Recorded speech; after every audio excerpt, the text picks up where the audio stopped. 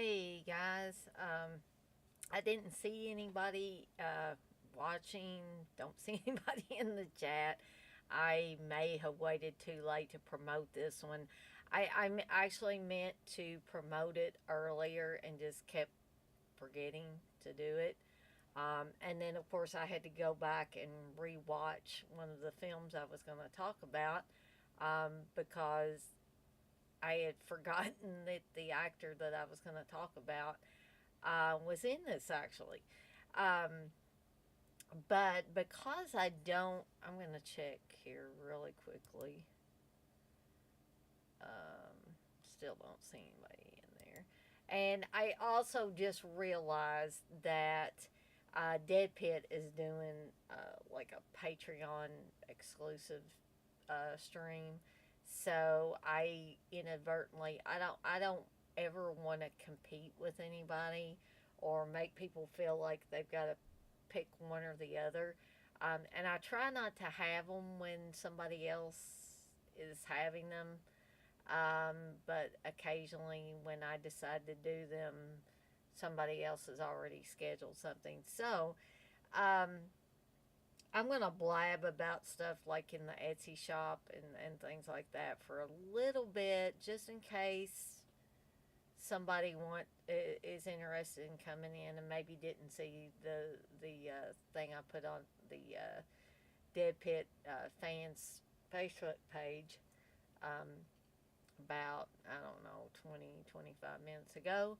Um, but I still do have plenty of items in my Etsy shop. I have renewed my the stickers. I saw that there were like 13 people that had the stickers in their cart, but as far as my shop was concerned, it was showing that I was sold out of stickers. So I hurried up and got that renewed, put some ridiculously high number of stickers that were available. I think you can put like 999 is like the most you can put in there. And I see my phone's dinging back there. Um, but I don't have it with me. So I may get up here in just a second, just grab it and make sure it's not something important. But uh, anyway, I've still got stickers. I've got pint glasses. I can do the last drive in pint glasses, um, last drive in stickers, last drive in candles, horror candles. And soon I hope to be able to have some Blood Lake stickers, especially with little Tony on there.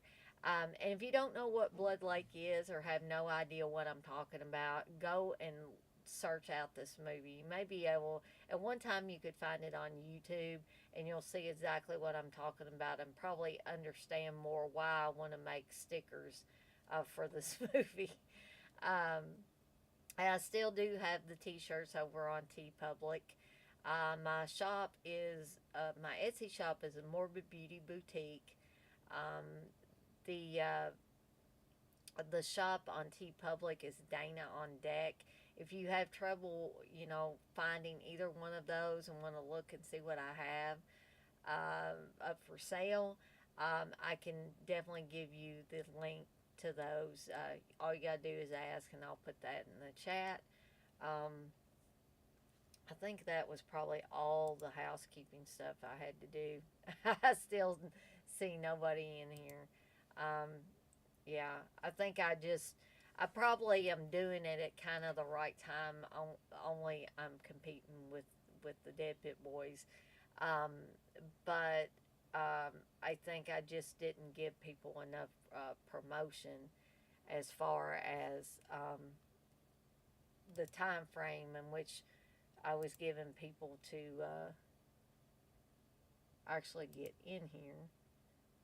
Um, but anyway, um, if you haven't figured out from the pictures behind me, or maybe you don't even know who the hell this guy is, this is Don Scardino, the redheaded guy in both these pictures.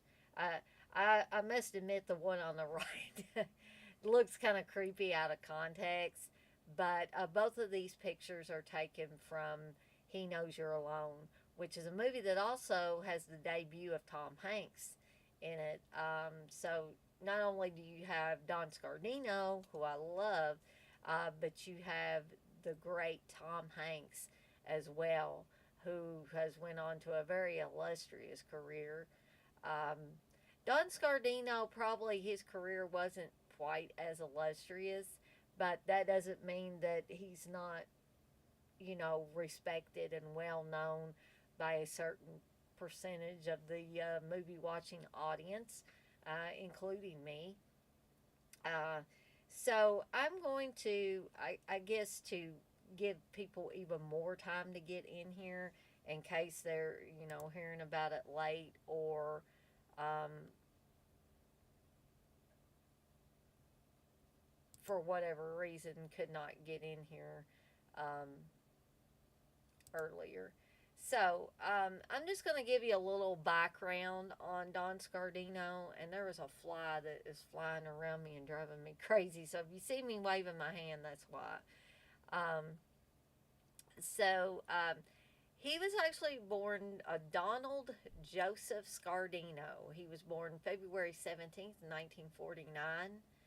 Um, he's an actor, a former actor, it says, and also a director and a producer. Um, Don Scardino was born in New York City to jazz musician parents Dorothy Denny Scardino and Charles Scardino. His first Broadway credit was as an understudy in The Playroom in 1965. Additional Broadway acting credits include Johnny No Trump, Godspell, and King of Hearts. Off Broadway, he appeared in the Rhymers of Eldritch, The Comedy of Errors, Moon Children, and I'm Getting My Act Together and Taking It on the Road. He was also the lead in a B horror movie titled Squirm in 1976, actually the year I was born. I'm going to talk about that movie here shortly. He additionally starred in several episodes of the CBS Radio Mystery Theater, which ran from 1974 to 1982. In addition, he served as artistic director at Playwrights Horizons from 1991 to 1996. On television, he appeared on the daytime soap operas The Guiding Light, All My Children, Love is a Many Splendored Thing, and Another World, and the primetime series The Ghost and Mrs. Muir, and The Name of the Game. Film credits include The People Next Door, 1970, Homer, 1970, Rip Off, 1971, Squirm, 1976, Cruising, 1980, and He Knows You're Alone, which was also in 1980. In 2020, Scardino appeared as a guest on the Awaken's Big Lake Marathon fundraiser episode of the George Lucas talk show. He's also a director. Scardino began to direct soap operas following his acting career on soap operas. He directed episodes of Another World, One Life to Live, and All My Children. He went on to direct plays on and off Broadway, including the world premiere of Aaron Sorkin's A Few Good Men. He has directed extensively in television, most notably Tracy Takes On and 30 Rock. Feature film directing work includes Me and Veronica, and Advice from a Caterpillar winner Best Comedy at the Aspen Comedy Festival. He directed the 2013 film The Incredible Burt Wonderstone, starring Jim Carrey and Steve Carell. And he's won a ton of awards, but I'm not going to go through all of these. Like I said, he's directed a ton of TV. He's produced a few things. And early on in his career, of course, was primarily acting. Little more information I can give to you from IMDb. For anybody wondering who he's married to, I don't know who Dana L. Williams is. but he's been married to her since 1995, and they have one child. And he was previously married to Pamela Blair. Um, he was married to Pamela Blair from 1984 to 1991, and they got divorced. And then he married Dana L. Williams. Um, he is also a producer for the show Two Broke Girls. And he was the voice of Wedge Antilles in the NPR radio adaptation of Star Wars The Empire Strikes Back. So that's basically all the background information I have on Don Scardino. Um, actually, I've had two views on this. So, uh, we're just now, for anybody that's watching and cannot chat or chooses not to chat, which is perfectly cool, um, we're going to get right into the meat of this video or the stream. And I'm only going to cover 3 movies because these are, in my opinion, are probably the 3 movies that this crowd that would watch my live streams would be more familiar with. And it may be possible that you're not familiar with any of these movies, or maybe just 1 or 2. But, I didn't want to keep people very long. And like I said, I just discovered that the Dead Pit Boys were doing a stream as well. And I really don't like to seem like I'm competing with other people for watching attention, so to speak. So we're going to go ahead and get right into these movies. Now, the first movie, this is a Scream Factory release, and I'm going to tell you that I like the second horror film that I'm going to talk about in this group of 3 better than this one, which is Squirm. And it, of course, has the famous scene there of the guy who the worms are burrowing into his face, and that's a big scene in the film. Another big scene where you see the redhead there. She's in the shower, and the worms start to come out of the shower fixture. I think this was I say loosely based because I don't think that the worms in the real story actually attacked people or not attacked people in this way. Basically, what happened there was and I think it did take place in Georgia or somewhere down south, where an electrical storm basically electrified the ground and caused dozens and dozens of worms to come up out of the ground. And that was the basic story. It's just that I guess nobody had ever seen that before. But in this movie, Squirm, they do come out of the ground because of an electrical storm, but they start attacking the citizens of Fly Creek, Georgia. Why you would want to call or name a place Fly Creek, that just sounds gross, but that is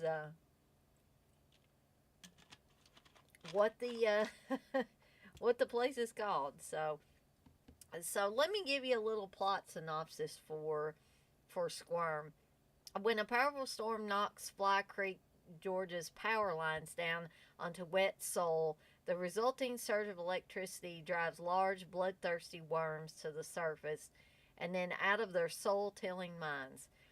Soon the townspeople discover that the sleepy fishing village is overrun with worms that burrow right into their skin. Inundated by hundreds of thousands of carnivorous creatures, the terrorized locals race to find the cause of the rampage before becoming tilled under themselves. Now, I'm not saying I dislike this movie. I don't. It's a fun little, killer worm movie. But there are some things that I think could have been done better. Oh, and by the way, this was written and directed by Jeff Lieberman. And I think the connection for Don Scardino with this movie and He Knows You're Alone, which I'm going to talk about in a little bit, was this was produced by George Manasseh. Both films were actually, and also the executive producers for both of the films were Edgar Lansbury and Joe Baru. So I'm really thinking that that is the connection, and probably part of the reason why Don Scardino is in both films. Um, but the main girl in this, played by Patricia Piercy, she basically plays the long distance girlfriend of Don Scardino's character. And Don Scardino's character is coming to visit her, um, and he's traveling by bus, and like the locals really don't like him for some reason. I guess they think he's just like a snobbish city boy, and they're more just southern people, and they don't take to him very well. But he travels down to Georgia to see his girlfriend, and the thing I don't like about, I mean, I don't know if it's just Patricia Piercy's acting style, um, or she was told to be this way by Jeff Lieberman. I I really don't have a clue, but her acting just seemed sort of flat. She seemed like a character who was basically standing around waiting for something to happen. And when she talked, it was like she drug everything out. I was just not impressed with her acting chops at all, or impressed with how someone told her to pull this character off. Um, Now, Don Scardino, on the other hand, I feel like they wasted his talents basically by focusing too much on Patricia Piercy's character, because he could have had a lot of stuff to do. He wasn't in He Knows You're Alone all that much, and I'm not going to talk too much about that because I'm going to get to that here in a second. But um, they utilized him well in that movie, I felt like. Um, and in this movie, I just feel like they wasted him, because he was in a lot of scenes, um, but they didn't really showcase him, and I think they should have, because um, I think he would have had a really long career in acting if he had chosen to continue with that instead of going into directing and producing. Um, because he just, to me, he always had the slightly nerdy boy next door, clean cut type of guy, except in the movie Cruising, which I'm also going to talk about. And even in that, he was not a deviant character or anything. He just had a different lifestyle that people probably, straight people, some straight people rather, would not consider clean cut. I'm not saying all straight people would be like that, just only a certain percentage. Um, but just let me check one thing here.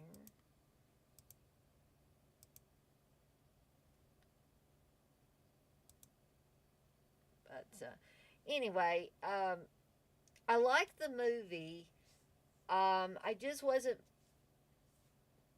fond of the person they choose to be the central focus of the movie, which was Patricia Piercy's character. Um, there were a couple other characters who were more of a standout. I don't remember the lady that played Patricia Piercy's mom in the movie. She was sort of odd too. Her and Patricia Piercy were both just odd.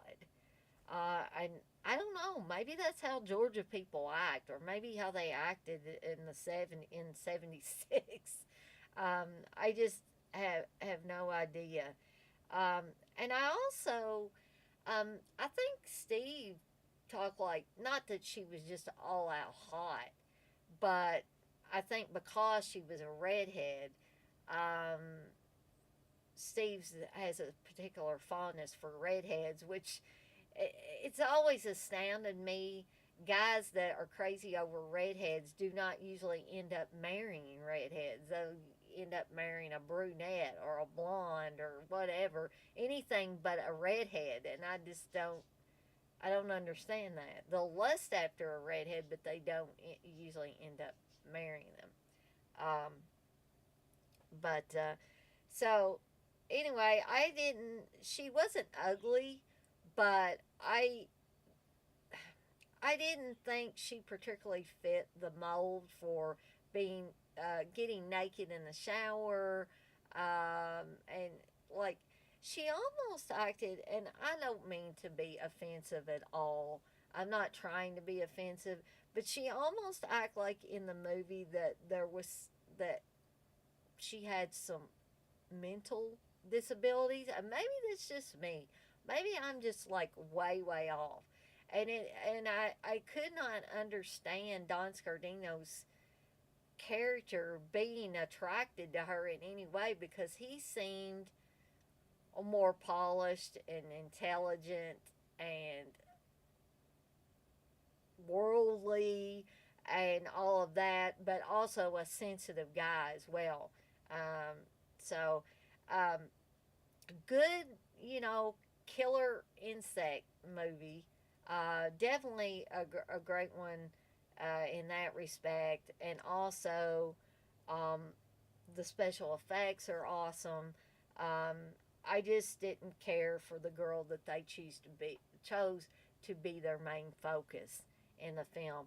And if there's some of you that have seen this and disagree with me on that, feel free to, if you'd like, put that in the chat. Um, that's just my opinion on the issue at hand. So anyway, this is Squirm, and the special features on this Screen Factory release. You get audio commentary by writer and director Jeff Lieberman. You do get new interviews with Jeff Lieberman, actor Don Scardino, and special effects artist Bill Milling. Tour the locations with Jeff Lieberman, theatrical trailer, TV and radio spots, and still gallery. And I was really thrilled that there was an interview with Don Scardino, as well as there is an interview on this new release of He Knows You're Alone that I'm going to talk about here in a bit. Um, and although they aren't very long, they are still enjoyable if you're a fan of Don Scardino like I am. So, anyway, that is Squirm. I recommend it. Just beware that you may be as put off by the main character as I am. Okay, so the next movie is not a horror movie, but I guess, well, I mean, some people might refer to it as a horror movie. I think I've heard Steve mention Giallo or Giallo-esque in talking about this. Um, Also, some people may see it as an exploitation movie as well, and that's Cruising with Al Pacino, and it's directed by William Friedkin, who directed The Exorcist. This came out in 1980, the same year that He Knows You're Alone came out, and this covers a subject that I guess I haven't seen so explicitly shown, and I'm trying to not offend anybody with this because I do have friends that are homosexual. So I don't want to offend anybody by saying the wrong thing, but I think that this movie, and I think my friends that are homosexual will probably agree with this. I don't want to say for sure, but rarely in my movie watching experience has the gay lifestyle been shown so explicitly and so hardcore. Um, Very few movies have I seen um, it displayed in that fashion. Um, and I also realized that this was supposed to be New York City. Um, Things were going to be a little bit different in New York City than, say, the the gay community out in California. They're just not going to be exactly the same. Some things might be the same, but other things would be different. Hey, Darren. Um, I don't know if you've been one of them that's been watching or not. But I just finished talking about Squirm, and now I'm talking about Cruising. Uh, so we're talking about some films that Don Scardino was in. But anyway, back to Cruising. I think it because all straight people are not the same. Their behaviors are not going to be the same. Some um, some straight people, when they have sex, they get a little kinkier. So, oh, okay, gotcha. Well, you didn't miss too much. Just me blabbing about the Etsy shop and the in T Public, and giving a little bit of background on Don Scardino, uh, and then I got into the movies. Jay, yeah, you just got here in time for Cruising. Yeah. Um,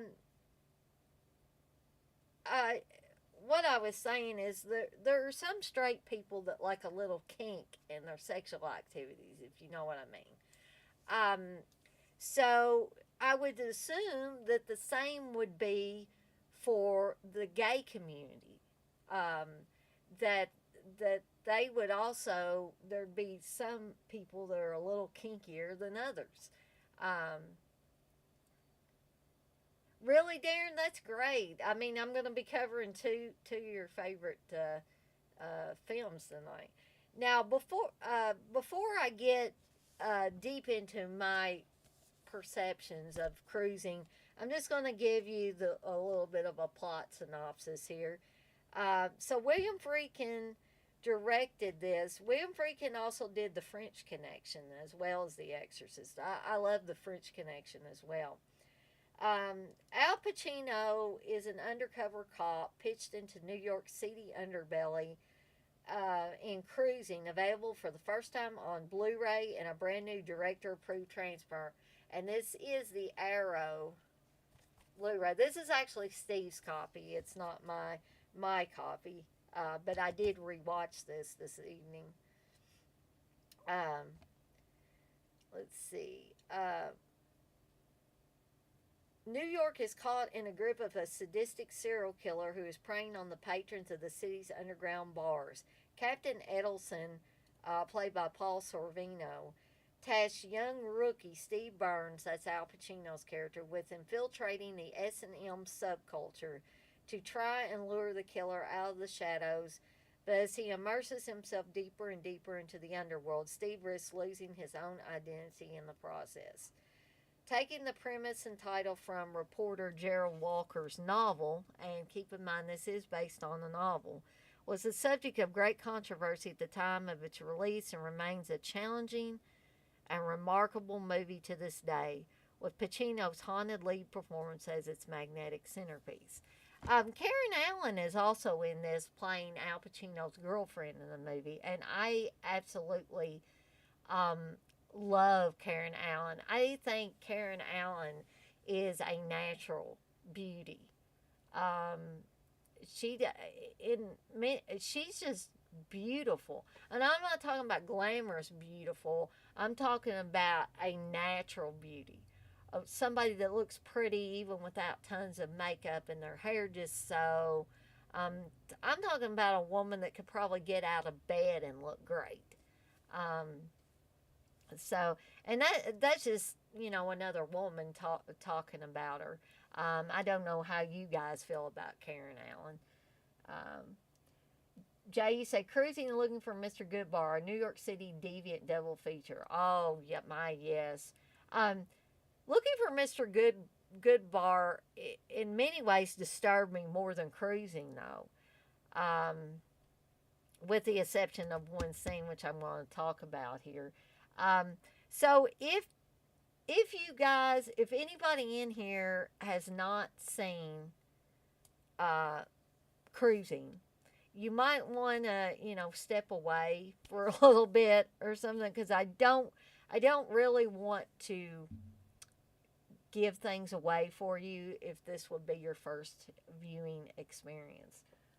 Darren, you say, I think Cruising is a masterpiece and up there with The Exorcist, in my opinion. Pacino's best role I've seen him in, because of the subject matter, is the reason that this didn't do well. And, you know, I could see that. And honestly, I was shocked the first time Steve showed me this movie, because he was the one that introduced me to this movie, actually. Um, and I can see how people would be taken aback by it. But if you can look past all of that, I mean, The Exorcist shocked me the first time I watched it, but I'm a huge fan of The Exorcist. And I love what William Friedkin did with it, and I love what he did with this movie as well. But see, the thing about Friedkin is, I feel like he's hardcore. He doesn't sugarcoat stuff. When he made The Exorcist, he didn't sugarcoat the possession. He did not sugarcoat the actual exorcism. In this movie, Cruising, he doesn't sugarcoat the S&M subculture. Um, and, I was talking about the gay lifestyle, but this actually isn't just a gay lifestyle. This is a subculture of the gay lifestyle, which can have some, I don't want to say deviance to it, but that extra kink that I was talking about earlier. Um, so, I just like, I appreciate this movie more now that the shock factor has worn off. Like, second and third viewings of The Exorcist were better for me. Because when you first watch films like Cruising and The Exorcist, at first you're just sitting there with your mouth open. It's like, did I just see what I thought I saw? Oh, yes, I did see that. And so I think Freakin' intends to shock people with his films. I don't think he wants to turn them away from his films necessarily, but in some ways, people being repulsed by his films could be a compliment, and I think he would take it as such. Um, and the other thing is, I feel like Friedkin wants to tell the truth with his films. He doesn't want to hold back, um, just so his films will have more of a market. Um, but I could be totally wrong. But these are the feelings and the impression that I get of Friedkin through watching his films, seeing interviews conducted with him. Um, I just get that impression of the man. Yeah, exactly. Did I just see a large black man in a jockstrap and cowboy hat? I was like, what the hell is that? That was one of those scenes where I was like, what the hell are they doing here? What was that? Uh, Darren, you said they shot hardcore porn scenes that got cut for obvious reasons. There's a whole documentary on the missing footage. I can't find that doc anywhere.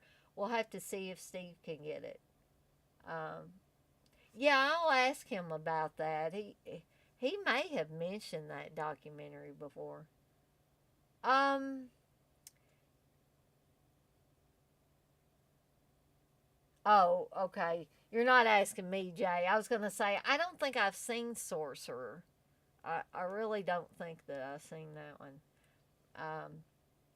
But let's see. the character Don Scardino plays in this, and like I said earlier, I had totally forgotten that Don Scardino was even in this because I've seen this maybe 2 times before I watched it tonight. And like the first time, like I said, I was kind of in shock mode whenever I was watching it the first time, um, and stuff didn't really resonate and sink in till the second viewing.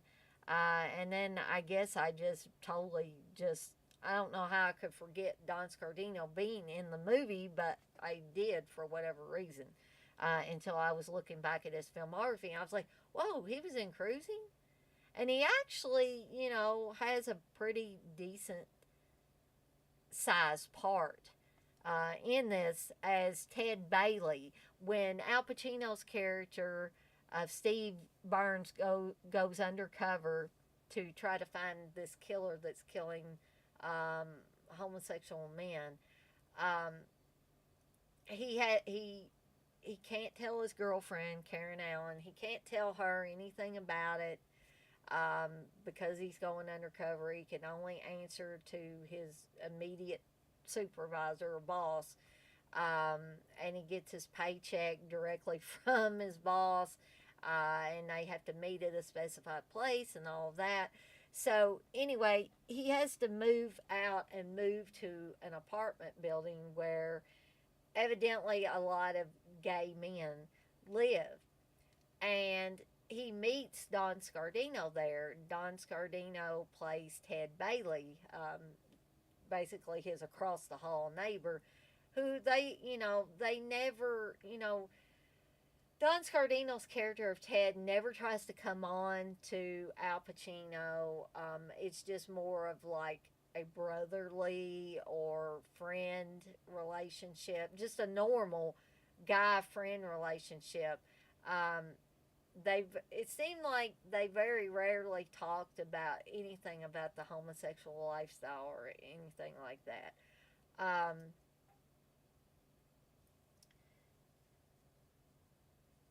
Jay, you say Sorcerer is fantastic and hardcore. It's freaking watching a Herzog jungle movie and saying, hold my beer. Oh, wow. I need to see if I can find that. Darren, you say, I'm kind of surprised Scardino didn't become a bigger actor. Always good in everything I've seen him in. I totally agree with that.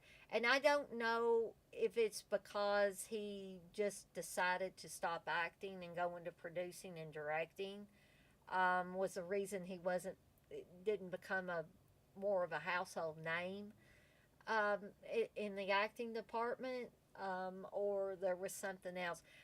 Like Ted Raimi, there's not a whole lot of information you can dig up on Don Scardino.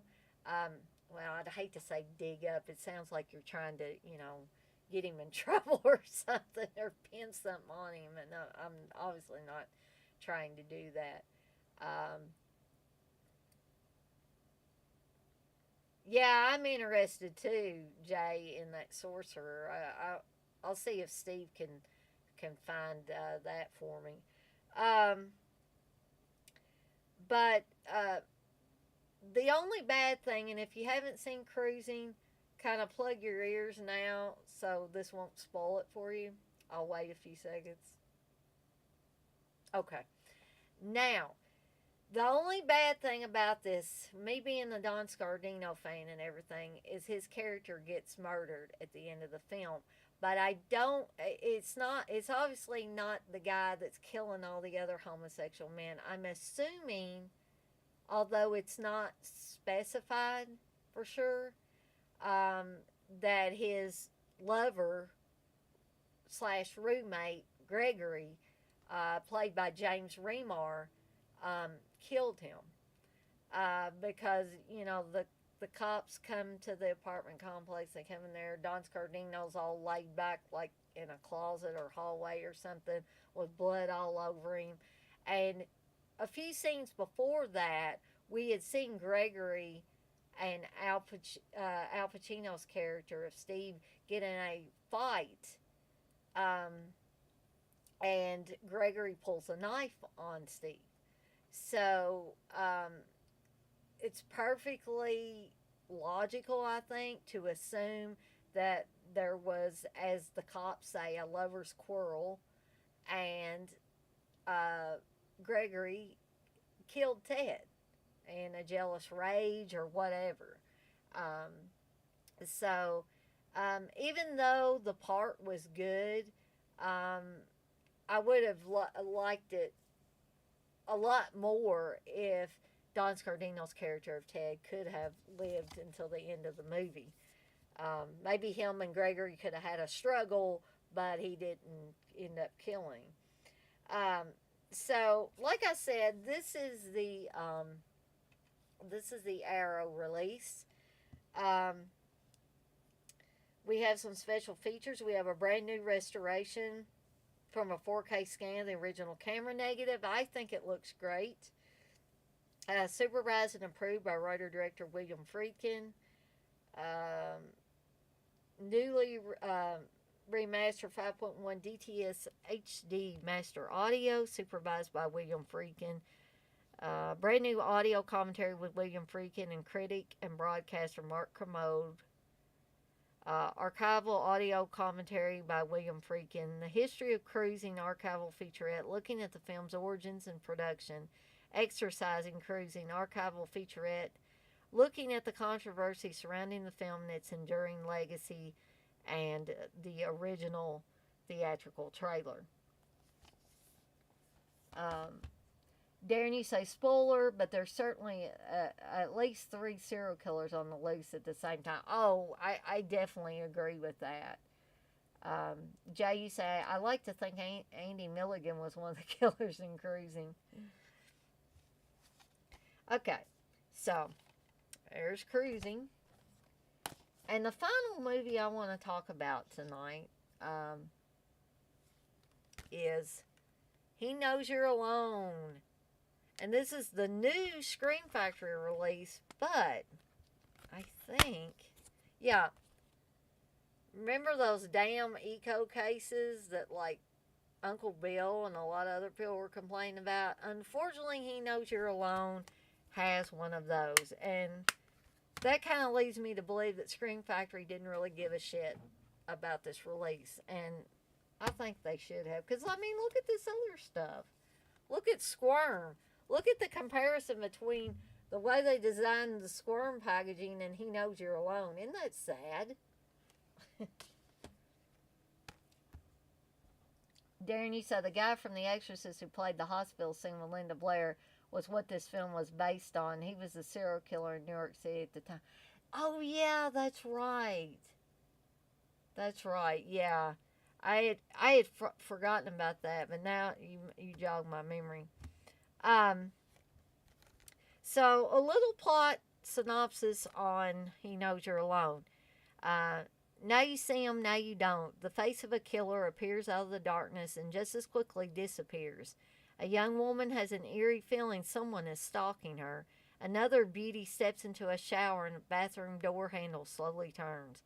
We're in slasher flick territory and also in a rare realm of film history because screen icon Tom Hanks made his movie debut in this shocker. The up-and-coming legend plays the brief supporting role of Elliot, a psych major whose musings about the nature of fear reinforce the tone of this twisted tale about a sicko who targets brides-to-be and a detective who scrambles to stop the carnage. Wedded bliss can be very short-lived when He Knows You're Alone. This was also produced by George Manassi. It was directed by Armand Mastriani. And the executive producers, once again, were Edgar Lansbury and Joe Baru. Okay. Don Scardino's character in this is my favorite of the 3 movies that I talked about tonight. He plays Marvin, the ex-boyfriend of Caitlin O'Haney's character. And you can see Caitlin O'Haney over to my left with Don Scardino in the film. And let's see. Darren, you say I got numerous posters, lobby card set, and Mexican lobby cards for He Knows. It's the best Halloween ripoff out there. And Darren, I'm really glad to hear you say that because so many people, including Steve and including Uncle Bill, tell me that the movie is very slow, it's boring, they never want to watch it again. Steve did, I actually did a commentary with me for it, but he doesn't want to watch it ever again. He makes fun of me for liking Don Scardino, and I don't know why. I mean, look at that cute little face. It's great. Actually, both of these pictures behind me are taken from scenes in He Knows You're Alone. Because, like I said, that was my favorite role that he had of Marvin, um, who is I guess he's studying to be like a forensics guy, um, and he works at the morgue, the county morgue, and evidently he's going to college and stuff. Um, but evidently, him and Caitlin O'Haney's character had a relationship, and I guess she broke it off with him, and then now she's going out with Phil, who's played by shoot, what's the guy's name? I'm forgetting the guy's name. Um, I may or may not remember it, but it's the guy that played Julie Montgomery's boyfriend uh, in um, in Girls Night Out, which will soon be coming out in Blu-ray on Blu-ray, I think, here in May, unless they pushed it back. Um, but the character of Marvin is just so sweet and so sensitive and slightly nerdy, but there's just something I love about the character. And Don Scardino just totally encapsulates that character and makes it his own.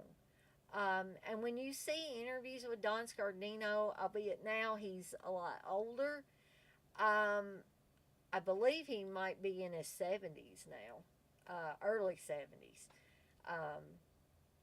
Because he was 20 years old when Steve was born, so and he was in his 30s, early 30s, when he made He Knows You're Alone, and he was playing a college student. So I think he pulled it off rather well, in my opinion. Um, Darren, you say he was kind of like Keith Gordon in the fact that they ended up behind the camera. Yeah, and Keith Gordon is another guy that I had a movie crush on. Um, so it's funny that you bring that up. Um, he's got the likability factor for sure. Yeah. I always like Keith Gordon as well. I might have to do something on Keith Gordon movies next since, I've done Ted Raimi. Now I'm doing Don Scardino. It would stand to reason that I'd do Keith Gordon, um, because there's a lot of movies I like Keith Gordon in too. Dress to Kill, Jaws 2, Christine, of course. Um, The Legend of Billie Jean, which is non-horror, but I really love that movie. That Legend of Billie Jean has huge nostalgia factor for me. But anyway, back to Don Scardino in this. Um, I love Tom Hanks's character, and it was said that they were gonna kill Elliot off, but that everybody involved with the movie liked him so much. They liked Tom Hanks so much that they just couldn't kill Elliot off. So he's just shown in maybe 2 or 3 scenes, and then um, the girl that she was planning on having a date with him, and that was probably where they were going to plan on killing him off. Um, but she ends up agreeing to stay home because Caitlin O'Haney's character um, is spooked. She keeps saying somebody's watching her, so her friend agrees to stay home and wait for her to get back from taking uh, her sister to a sleepover party, who's played by none other than Dana Barron, who a lot of you will remember from National Lampoon's Vacation, who played the young Audrey in that movie. Um, but Kaylin O'Haney's character of Amy, I was sitting here trying to think of her name, Amy, um, is supposed to be marrying her, not Don Scardino's character, but um, her new boyfriend, um, Phil. Um, but he's going away for his bachelor party with some buddies, and her parents are away, and so her friends are agreeing to, sleep over, and they have a girls' time together and stuff. But it seems that slowly the girls are getting killed off. Um, in my opinion, one of the most spectacular kills is her friend that's waiting for her to come back from taking her sister to the sleepover. Um, Takes a shower, doesn't get killed in the shower. Spoiler, everybody. Um, doesn't get killed in the shower, but then she gets out of the shower, um, has a robe on, and lays back on a pillow, puts a record on, puts headphones on. She's drinking wine, she's smoking pot, um, and she's just relaxing. One of the great songs, also, and I would love to be able to find a version of this song where you either don't have background stuff from the movie in there, or it wasn't primarily a live performance. The song is "It's the Night Again," and for whatever reason, I love that song. Um, and it is playing right before the girl gets killed, and her head is severed from her body and put in the fish tank. The only other time I saw that done really well was Eyes of a Stranger. In Eyes of a Stranger, um, someone's head is in a fish tank, um, as well.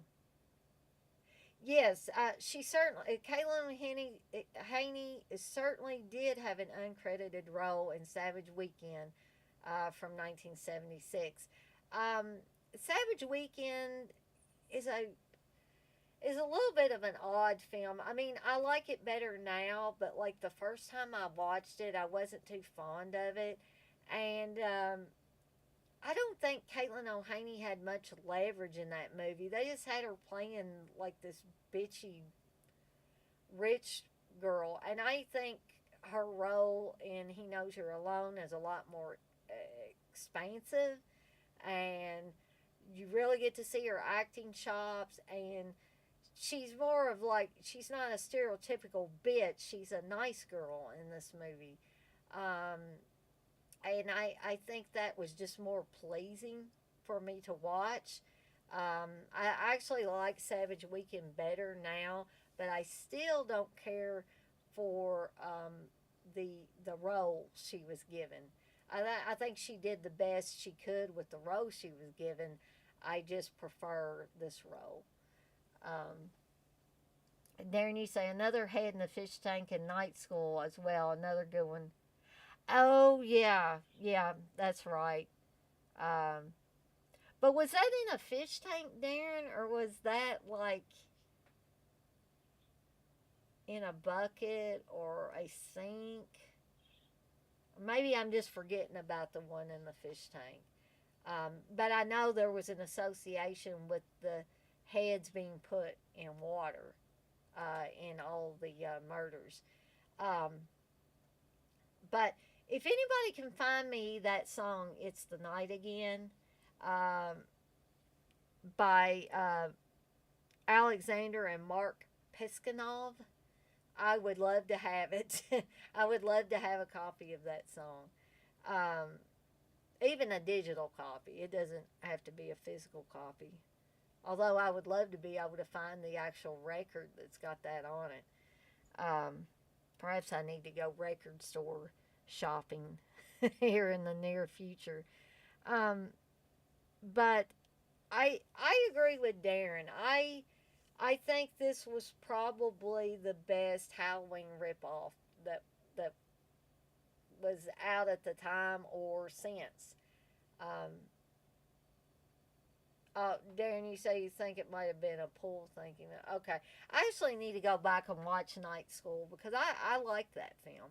Um, it's a film I actually like Rachel Ward in.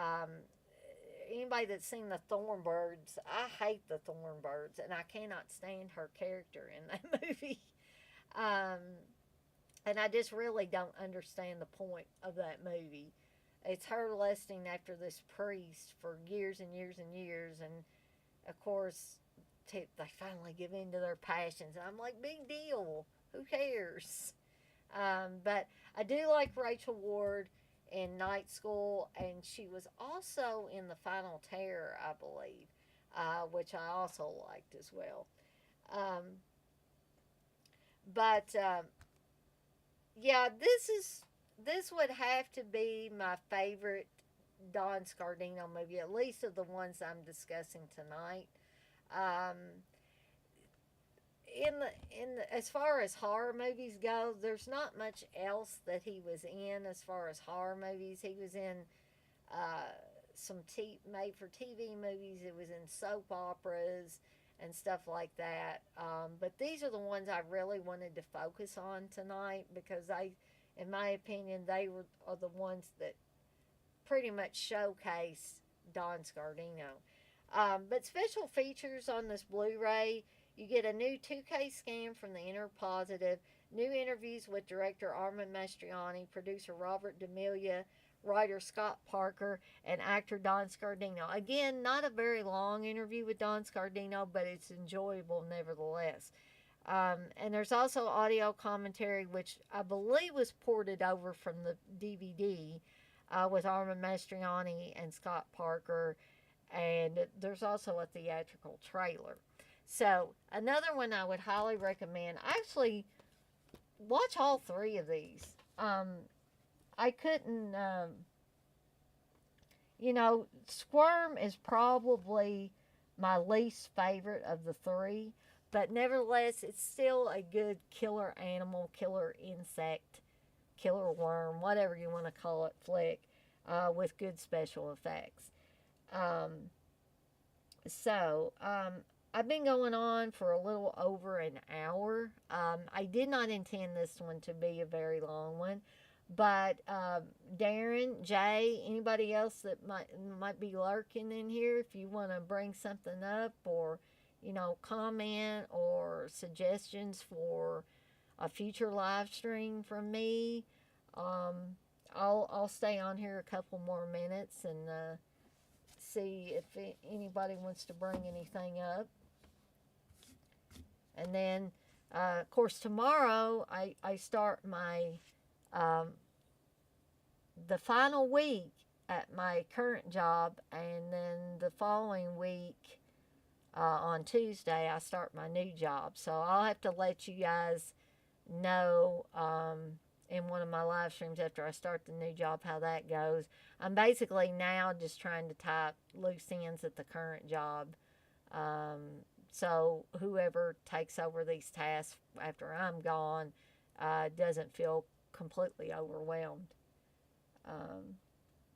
Darren, you say Squirm. I haven't seen it in 15 years.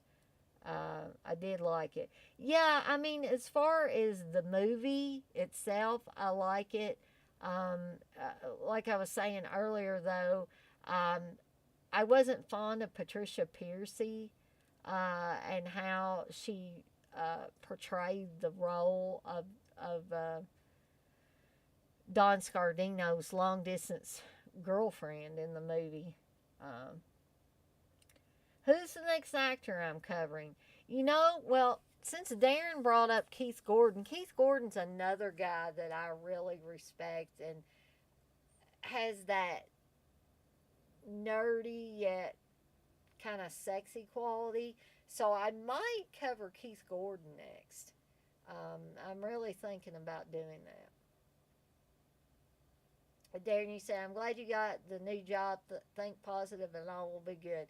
Yeah, Darren, sometimes I have a problem in that department, thinking positive, but it really does help when you do that, because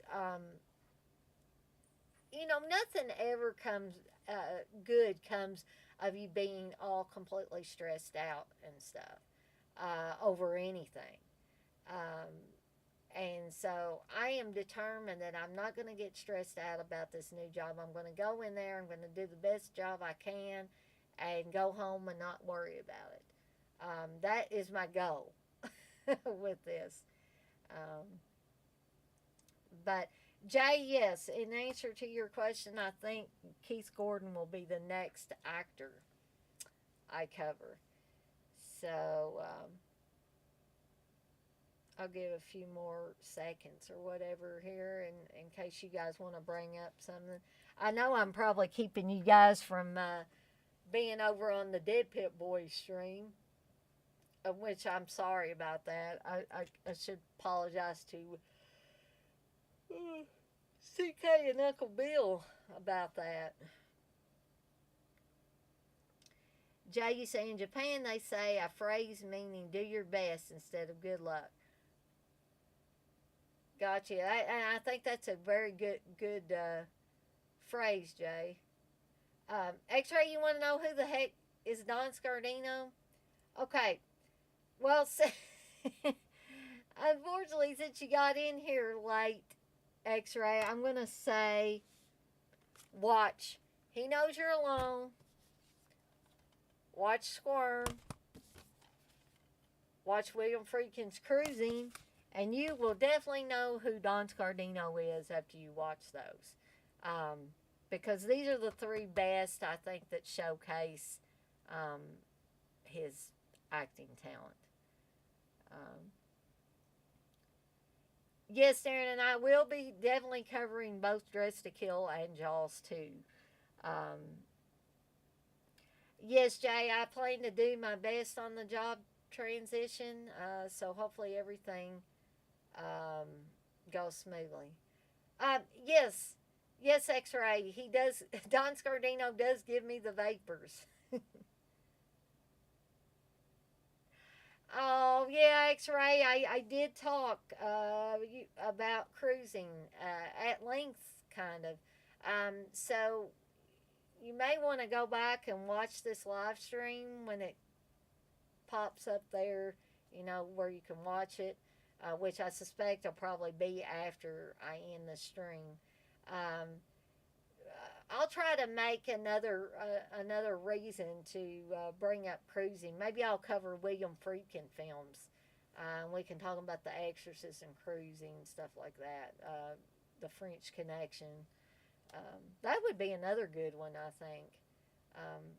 Because not only can I do actors that I like, I can do directors I like. I'm not saying William Friedkin gives me the vapors. I'm just saying I like his films. Um, so yeah, you can definitely go back and watch this X-Ray, and I'm sure in the future I'll be talking about cruising again. Uh, so X-Ray, you say I think Fulci took a lot from cruising to make New York Ripper stylistically. I mean, I could see that. Yeah, definitely. Um, I'm going to give it a few more seconds, guys, and then, like I said earlier, I didn't intend for this one to be a very long one. I just wanted to kind of drop in here and talk a little Don Scardino with some people, um, and then, try to get rested up so I can. Oh, goodness. Sorry, guys. So I can tie up some loose ends at my current job and get all prepared for the new one. But give it a few more seconds here. So if you guys want to bring anything up, now's the time. I'll give about 30 more seconds or so. I know one time Aaron or Uncle Bill he said something right when I hit in stream, and I had to get back with him on it. That's a good idea, Darren. New York City slashers. Yeah, I hadn't thought of that, but yeah, there would be a ton of them. uh, none for me, Jay. No handkerchiefs at all, except the ones I used to blow my nose. uh, but anyway, guys, I guess I'm gonna skedaddle on out of here for the night. Thank you guys for at least some people coming in here and hanging out with me for a little over an hour.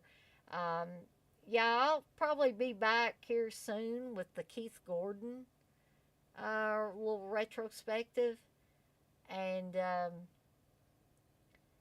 and then I think I will start doing some research to do a New York City slashers because that was a great idea, Darren. I really like that idea. Darren, you say no handkerchief for you either. But good night, Darren. Good night, Jay. Good night, X-Ray. And good night, anybody else that's watching but did not want to chat or was unable to chat. And I'll see you guys on the flip side.